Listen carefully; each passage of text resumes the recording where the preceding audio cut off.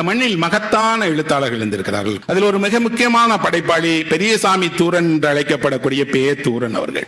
அவர்தான் கலைக்களஞ்சியத்தை உருவாக்கினார். இன்றைக்கு நாம் பிரிட்டானியாவினுடைய கலைக்களஞ்சியத்திலிருந்து பல்வேறு ஆங்கில கலைக்களஞ்சியங்களை எல்லாம் தமிழில் படிக்கிறோம். ஆனால் பெரியசாமி தூரன் உருவாக்கிய கலைக்களஞ்சியம் தமிழினுடைய மிக முன்னோடியான ஒரு செயல் திட்டம். அதை தமிழ் வளர்ச்சி கழகம் தான் உருவாக்கி காட்டியது. அவர் இந்த கொங்கு மண்டலத்தை சேர்ந்தவர் தான். சிறந்த கவிஞர், சிறந்த கதாசிரியர், பாரதியின் மீது மிகுந்த பற்று கொண்டவர். பெரியசாமி தூரன் கொண்டாடப்பட வேண்டிய இந்த கொங்கு மண்டலத்தினுடைய மிக பெரும் ஆளுமை. அவர் ஒரு கதை எழுதியிருக்கிறார். அன்னை தந்த ஒளி என்ற அந்த கதையினுடைய தலைப்பு. அன்னை தந்த ஒளி என்றால் அன்னை கொடுத்த வெளிச்சம். யார் அன்னை, யார் பிள்ளை என்றால் அதில் ஒருவன் வருகிறான். அவன் யார் என்றால் ஊருக்கு பொதுவான ஒரு மனிதன். இன்றைக்கு அப்படியானவர்களை எல்லாம் நாம் பார்க்க முடியுமா என்றால் இல்லை. ஆனால் ஒரு 50 வருஷத்துக்கு முன்னாடி நீங்கள் ஏதேனும் ஒரு கிராமத்துக்கு போனால் ஊரால் வளர்க்கப்படக்கூடிய ஒருவன் இருப்பான். அவனுக்கு சொந்த வீடு கிடையாது, அப்பா அம்மா கிடையாது. ஆனால் அவனை ஊரே உணவிட்டு எடுபிடி வேலைகளை செய்ய வைத்து அவனை வளர்த்து ஊரே வைத்திருக்கும். அவன் ஊருக்கு உரியவனாக இருப்பான். ஊர்க்காரர்கள் செய்யக்கூடிய காரியங்களை எல்லாம் செய்வான். செய்வதோடு அவனுக்கு என்னன்னா எல்லோருக்கும் விருப்பமானவராகவும் இருப்பான், எல்லோரும் கோவித்துக் கொள்ளக்கூடியவர்களாகவும் இருப்பான். இன்றைக்கு நாம் அப்படி ஒரு பொது மனிதனை இழந்து விட்டோம். உண்மையில் அப்படி எங்கேனும் யாராவது ஒருவர் ஏதேனும் நகரத்திலேயோ கிராமத்திலேயோ இவர் ஊருக்கு பொதுவானவருங்க, இவருக்கு நாங்க எல்லாரும் தான் சாப்பாடு போட்டு வளர்க்கிறோம் சொல்றோமா என்ன? வழியற்றவர்களுக்கு, கதியற்றவர்களுக்கு, வாழ முடியாதவர்களுக்கு வேண்டுமானால் உதவி செய்ய தயாராக இருக்கிறோம். ஆனால் சந்தோஷமாக எந்த வீட்டுக்கு வேணாலும் வரலாம், சாப்பிடலாம் அப்படின்னு சொல்லக்கூடிய ஒருவனை காணவில்லை. அவனை பற்றித்தான் இந்த கதையில் எழுதுகிறார். அப்படி ஒருவன் ஒரு கிராமத்தில் இருக்கிறான். அவனை ஊர்க்காரர்கள் எல்லாம் எந்த வேலை செய்ய சொன்னாலும் அந்த வேலையை போய் செய்வான். அதற்கு ஊதியம் கேட்க மாட்டான். யார் எந்த சுடுசொல் சொன்னாலும் கோவித்துக் கொள்ள மாட்டான். அவன் வளர்ந்து இளைஞனாக இருக்கிறான். இப்போ எல்லோரும் இரவான உடனே என்ன செய்வார்கள் என்றால் அவனை உட்கார வைத்து எல்லோரும் கேலி பேசுவார்கள். என்ன கேலி பேசுறாங்க? உனக்கு யாருப்பா பொண்ணு கொடுப்பா, உன்னை யார் நம்பி கல்யாணம் பண்ணிக்கிடுவா அப்படி என்று அவனை கேலி செய்வார்கள். அவனுக்கு அந்த கேலியினுடைய பொருள் கூட தெரியாது. நம்ம இப்படி எல்லாம் கேலி செய்யறாங்களே, அவன் சொல்லுவான் யாரும் கல்யாணம் பண்ணிக்கிட மாட்டாங்களா அப்படின்னு. அப்பா அம்மா இல்லாவிட்டால், குடும்பம் இல்லாவிட்டால், யார் என்று உனக்கு அடையாளம் இல்லாவிட்டால் உன்னை யார் திருமணம் செய்வார், எப்படி அந்த திருமணம் நடக்கும் என்று அவனை எல்லோரும் கேலி செய்யும் போது அவன் சொல்வான், நடக்காட்டா என்ன, நான் தான் சாப்பாடு எல்லாரும் வீட்லையும் சாப்பிட்டுட்டு இருக்கிறேனே என்று. அப்போ பரிதாபமாகவும் இருக்கும் அவனை பார்த்து, இவன் மீது இப்படி ஒரு சொந்த குறை கூட தெரியாதவனாக இருக்கிறானே என்று. அவன் ஒரு நாள் கேட்டபோது, உன்னை எங்க இருந்து, உன்னை யார் பெத்தாங்கன்னு கேட்டபோது அவன் சொன்னான், நான் ஒரு புதரடியிலிருந்து கண்டுபிடிக்கப்பட்டவன். புதரில் நாய்க்குட்டிகளை பூனைக்குட்டிகளை எல்லாம் போட்டுட்டு போயிடுவாங்க இல்லையா, அப்படி யாரோ என்னை புதரில் போட்டுட்டு போயிட்டாங்க, என்ன இந்த ஊரே வளர்க்குதுன்னு சொன்னான். ஊர்க்காரர்கள் ஐயோ பாவம், இப்படி ஒரு விவரம் தெரியாதவனாக இருக்கிறானே, இவனை கேலி செய்கிறோமே என்று இருக்கிறாங்க. இந்த ஊரில் ஆப்பம் வைக்கக்கூடிய ஒரு அம்மா இருக்கிறாங்க. அவங்க போய் ஆப்பம் வித்துட்டு வராங்க. ஒவ்வொரு முறையும் அவர்கள் ஆப்பம் வைக்க போகும்போதும் அந்த சமையற் பாத்திரங்களை, சமைக்கக்கூடிய அடுப்பை, தேவையான வாளியை எல்லாம் கொண்டு போறதுக்கு ஆள் வேணும். ஆள் இல்லை. இவர்கள் ஒருவராக சமைக்கக்கூடியதார், வேலை பார்க்கிறார். கடினமாக உழைக்கக்கூடிய பெண் அவர். ஒரு நாள் அவர் இப்படி எடுத்துட்டு போகலான்னு நினைக்கும் போது இந்த பையன் வரான். இவனே அந்த வாளியை, அவர்களுக்கு தேவையான உதவியெல்லாம் செய்யறான். செஞ்சு ஆப்பம் விற்று முடிக்கும் வரை அருகில் இருந்து கூடயே வேலை செய்யறான். செஞ்சு முடிக்கும் போது அந்த அம்மா நினைக்கிறாங்க, வேணும்னா அவனுக்கு 2 ஆப்பம் கொடுக்கலான்னு. சாப்பிடுப்பா அப்படின்னா சாப்பிட மாட்டேன். ஏன்? எனக்கு வேண்டாம், எனக்கு உனக்கு உதவி செய்யறதுல தான் சந்தோஷம், அதுக்கு எது கூலியும் வாங்க மாட்டேன், சாப்பாடும் வாங்க மாட்டேன். அந்த அம்மாவுக்கு புரியவில்லை. ஏதேனும் நாம் ஒரு வேலை செய்தால் அந்த வேலைக்கு ஊதியம் தரணும், அல்லது உணவு தரணும், அல்லாவிட்டால் அங்கீகாரம் கேட்போம், இல்லாவிட்டால் நாள்பட்டு 1 மாசம் வேலை செஞ்சுட்டேன், 2 மாசம் வேலை செஞ்சுட்டேன், சேர்த்து கொடுன்னு கேட்போம். இவன் என்ன எதுவுமே வேணாங்கிறானேன்னு சொல்லிட்டு ஒருவேளை இவனை வேலைக்கு வைத்துக் கொள்ளக்கூடாதோ என்று அந்த அம்மா தயங்குறாங்க. ஆனால் நாள் தவறாம சரியாக வருகிறான். அந்த அம்மா வீட்டுக்கு இருக்கான். ஆனால் அவனிடம் ஒரு பழக்கம், அந்த அம்மா தனியாக வசிப்பதனால் வீட்டுக்குள் போகவே மாட்டான். வாசல்லே நின்று குரல் கொடுப்பான். அந்த அம்மா தரக்கூடிய பாத்திரங்களை எடுத்துட்டு போவான். கூடையே ஒரு வளர்ப்பு நாய் செல்வதை போலவே போவான். போய் அந்த அம்மா வேலை முடிக்கிற வரைக்கும் கூட இருந்து பாத்திரங்களை எல்லாம் கொண்டு வந்து ஒப்படைச்சிட்டு போயிடுவான். அந்த அம்மாவுக்கு புரியவே இல்லை. துணையே இல்லாமல் இருக்கக்கூடிய எனக்கு யார் இவன், எதற்காக இப்படி உதவி செய்கிறான்? ஒரு மனிதன் இன்னொரு மனிதனுக்கு செய்யக்கூடிய எல்லா உதவிக்கு பின்னாலும் ஏதேனும் காரணம் இருக்கும் என்பார்களே, அப்படி ஒரு காரணத்தை இவனை பார்த்து கண்டுபிடிக்க முடியவே இல்லையே. இவன் எதுக்காக என் மீது அன்பு காட்டுகிறான், எனக்கு உதவி செய்கிறான்? ஒருவேளை இவனுக்கு ஏதேனும் கடந்த கால வாழ்க்கையில் இப்படி ஒரு அக்காவோ அம்மாவோ அத்தையோ இருந்திருப்பார்களா என்றால் அப்படி ஒரு வாழ்க்கையும் இல்லை அவனுக்கு.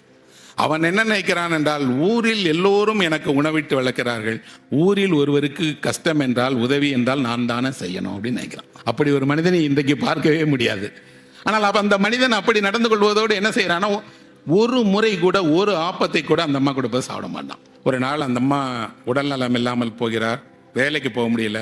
காலையில வாசல்ல நின்று கூப்பிடுறான், வரமாட்டேங்கிறாங்க. தயங்கி தயங்கி அந்த வீட்டிற்குள் நுழைகிறான். நுழையும் போது அந்த அம்மாட்ட கேட்குறான், நான் உள்ளே வந்தால் என்ன திட்டுவீங்களா அப்படின்னு. திட்ட மாட்டேன் தம்பி, நீ என்னுடைய வீட்டு பிள்ளை மாதிரி தானே, இத்தனை நாள் எனக்கு கூட இருந்தால உடம்பு முடியலப்பா அப்படின்னோடனே இவன் சொல்கிறான், நான் வேணா இன்னைக்கு இந்த மாவு அரைக்கட்டுமா, நான் வேணுமா அந்த கல்லை எடுத்துகிட்டு போட்டுமா, எனக்கு சொல்லி கொடுத்தீங்கன்னா நான் பழகிட்டு உங்களுக்கு உதவி செய்கிறேன்னே. அந்த அம்மா ஒவ்வொன்றாக சொல்லி கொடுத்து அவனை செய்ய வைத்து, உடல் நலமில்லாத நாளிலும் கூட அவன் உதவியை கொண்டு என்னை ஒரு அங்கே கூட்டிகிட்டு போய் உட்கார மட்டும் வச்சிரு, மிச்சதெல்லாம் உனக்கு சொல்லித்தரேன்னு சொல்கிறார். அன்றைக்கு அவனே ஆப்பம் தயாரித்து அவனே ஆப்பம் சுட்டு விற்று அந்த காசை முழுவதும் கொடுத்துட்டு அவன் பாட்டுக்கு போயிடறான். அப்பவும் சாப்பிடல. இந்த அம்மாவிற்கு இவன் இந்த நன்றியை எப்படி தீர்ப்பது? ஒரு மனிதனுக்கு இருக்கக்கூடிய பெரிய நெருக்கடியே என்ன என்றால், ஒருவர் நன்றி வேண்டாம் என்று சொல்லிவிட்டால் அவரை நீங்கள் என்ன செய்வது என்று தெரியாது, அந்த நன்றியை எப்படி தீர்ப்பது என்று தெரியாது. ஆனால் அதிலும் பெண்ணாக இருந்து இப்படி ஒருவர் ஓடி ஓடி உதவி செய்கிறார் என்றால் மனம் நிறைய நன்றி செய்ய வேண்டும் என்று இருப்பார்கள். என்ன கொடுப்பது என்று தான் தெரியல. அப்போ அந்த அம்மா கேட்குறாங்க, டேய் ஒரு நாள் ஒரு பொழுது என் வீட்டில் சாப்பிட்ற, அது மட்டும் எனக்கு போதுண்டான்னா சாப்பிட மாட்டான், கோவித்து கொண்டே இருக்கிறான். உடல் நலம் இல்லாத போதும் உழைத்து பிழைக்க வேண்டிய நெருக்கடி நிறைய பேருக்கு இன்றும் இருக்கிறது, அன்றும் இருந்தது. அதிலும் தனித்து வாழக்கூடிய பெண்களுக்கு இது தீராத பிரச்சனை. இந்த அம்மா அப்படியே இருந்தவர்களுக்கு ஒரு நாள் ரொம்ப முடியாமல் போயிடுது.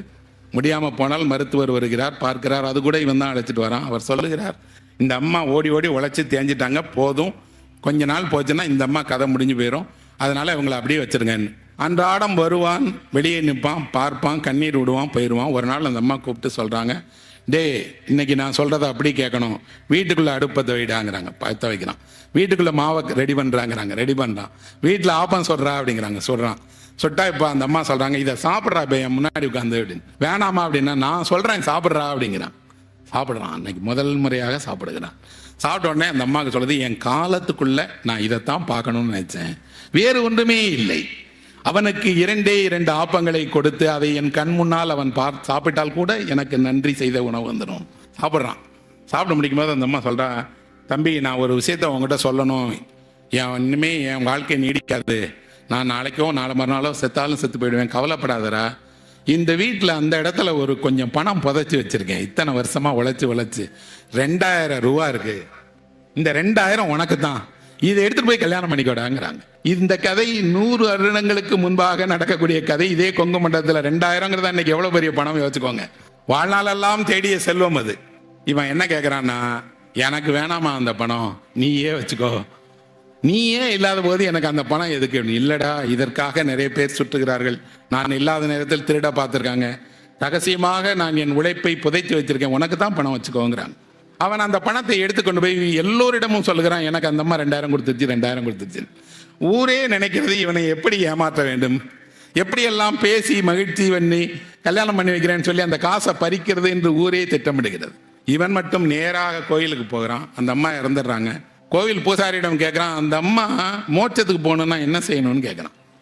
அந்த பூசாரி சொல்கிறார், ஒருவர் மோட்சத்துக்கு செல்ல வேண்டும் என்றால் கோவிலுக்கு ஏதேனும் திருப்பணிகள் செய்தால், கோவிலுக்கு எண்ணெய் வாங்கி கொடுத்தால், கோவிலுக்கு ஆலய வழிபாட்டிற்கு உதவி செய்தால் மோட்சம் கிடைக்கும் அப்படின்னு. இப்போ நான் உதவி செஞ்சா எனக்கு கிடைக்குமா, அந்த அம்மாவுக்கு கிடைக்குமான்னு கேட்குறான். நீ உதவி செய்தால் உனக்குத்தான் கிடைக்கும், அந்த அம்மாவுக்கு கிடைக்காது. இல்லை, அந்த அம்மா கொடுத்த 2000 இப்போ நான் உங்ககிட்ட கொடுத்து அதில் கோவிலில் விளக்கு போட்டு கோவிலுக்கு எல்லா காரியங்களும் செய்தால் அந்த அம்மாவுக்கு கிடைக்குமா, எனக்கு கிடைக்குமா? அந்த அம்மாவுக்கு தான் கிடைக்கும் அப்படிங்கிறார். உடனடியாக அந்த கோவிலுக்கு 2000 தூக்கி கொடுத்துட்டு அம்மா பேரில் விளக்கு ஏற்றுகள் என்று சொல்லுகிறான். அவர்கள் விளக்கு ஏற்றுகிறார்கள், கொண்டாடுகிறார்கள். இப்போ அந்த வீட்டுக்குள்ளே புகுந்து எல்லாரும் இவனை போட்டு அடித்து கேட்குறாங்க, எங்கடா காசை வச்ச அப்படின்னு. காசை கோயிலில் கொடுத்துட்டேன்னா ஒருவரும் நம்ப மாட்டேங்கிறாங்க. எல்லோரும் சேர்ந்து இவனை தாக்கி இவனிடம் இருந்த பொருளை பறிக்கும் போது இவன் சொல்லுகிறான், என்ன வேணா அடித்து கொள்ளுங்க, ஆனால் அந்த அம்மா மோட்சத்துக்கு போகிறது உறுதி, அந்த அம்மா மோட்சத்துக்கு போட்டுன்னு சொல்கிறான். அன்னை கொடுத்த ஒளி அங்கே எரிந்து கொண்டிருந்ததுங்கன்னு அந்த கதை எழுதப்பட்டிருக்கிறது. எவ்வளோ ஒரு அழகான கதை பாருங்க. ஒரு பெரியசாமி தூரன் எவ்வளவு சிறந்த எழுத்தாளர் என்றால், இந்த மண்ணில் அது போன்ற பெண்கள் வாழ்ந்திருக்கிறார்கள். இந்த மண்ணில் இந்த கதையில் வரக்கூடியது போல ஒரு ஊருக்கு பொதுவான ஒருவன் வாழ்ந்திருக்கிறான். யாராவது ஒருவர் உங்களுடைய நெஞ்சில் கையை வைத்து நீங்கள் சொல்லுங்கள், இன்றைக்கு இப்படி ஒரு சந்தர்ப்பம் வந்தால் நான் அப்படி நடந்து கொள்வேனா என்றால் குறைவானவர்கள் தான் கையை உயர்த்த முடியும். பெரும்பான்மையானவர்கள் அந்த பணம் கிடைச்சுன்னா நான் ஊரை விட்டே ஓடிடுவேன். இன்னொன்று, அப்படி ஒரு பணம் அந்த அம்மாவிடம் இருக்கிறது என்றால் முன்னாடியே அந்த அம்மாவை கவுத்தி அந்த பணத்தை எடுக்கிறது எப்படின்னு தானே யோசிப்போம் என்று. ஏன் ஒரு இலக்கியமோ கதையோ கட்டுரையோ ஒரு வாழ்விற்கு தேவை இருக்கிறது என்றால், இப்படியானவர்கள் எல்லாம் உங்கள் முன்னால் இதே ஊரில் உங்கள் பக்கத்தில் தான் வாழ்ந்தார்கள் என்று உங்களுக்கு நினைவுபடுத்துவதற்காகத்தான் இது எழுதப்பட்டிருக்கிறது. இது ஒரு நல்ல கதை. இந்த கதை எழுதியதற்காக என்னை கொண்டாடுங்கள் என்பதற்காக தூரன் இதை எழுதவில்லை. என் மண்ணில் என் மக்கள் எப்படி வாழ்கிறார்கள் என்று இந்த உலகம் தெரிந்து கொள்ளட்டும். இந்த உலகம் வேண்டுமானாலும் 1000 புகார்களை சொல்லும். மனுஷன் மோசமாயிட்டான், கெட்டு போயிட்டான், அதை செஞ்சுட்டான், இதை செஞ்சுட்டான். இல்லை, அப்படியானவர்களுக்கு நடிகில் இப்படியானவர்களும் வசிக்கிறார்கள்.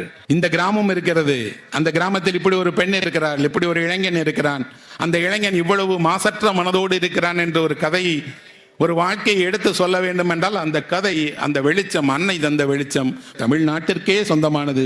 உயர்த்தி பிடிக்க வேண்டியது நம் கடமை இல்லையா? நாம் தானே இது போன்ற ஒரு கதையை, இது போன்ற ஒரு தலைமுறையை சொல்லணும். இதை ஒரு கதையை கேட்கும் போது, சொல்லும் போது, இந்த கதையை நான் எப்போதோ படிக்கிறேன், ஆனால் என் மனதில் அந்த காட்சி இருக்கிறது. ஒரு அம்மா எப்படியாவது நன்றி கடனை தீர்த்து விடணுங்கிறதுக்காக போராடிட்டே இருக்காங்க இல்லையா? ஆனால் உண்மையில் நாம் நிஜ வாழ்க்கையில் என்ன இருக்கிறோம்?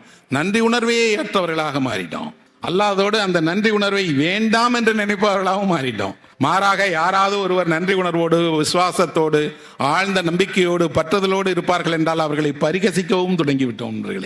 முட்டாள்தனமாக வாழாதே என்று. சாதுரியத்தோடு வாழ்வது அல்ல வாழ்க்கை. விட்டு கொடுப்பது, அன்பு செலுத்துவது, பரஸ்பரம் புரிந்து கொள்வது, இன்னொருவருக்கு உதவி செய்வது என்று. இந்த மண்ணினுடைய கதையை இப்படி எழுதிய ஒரு படைப்பாளி அல்ல, நிறைய இருக்கிறார்கள்.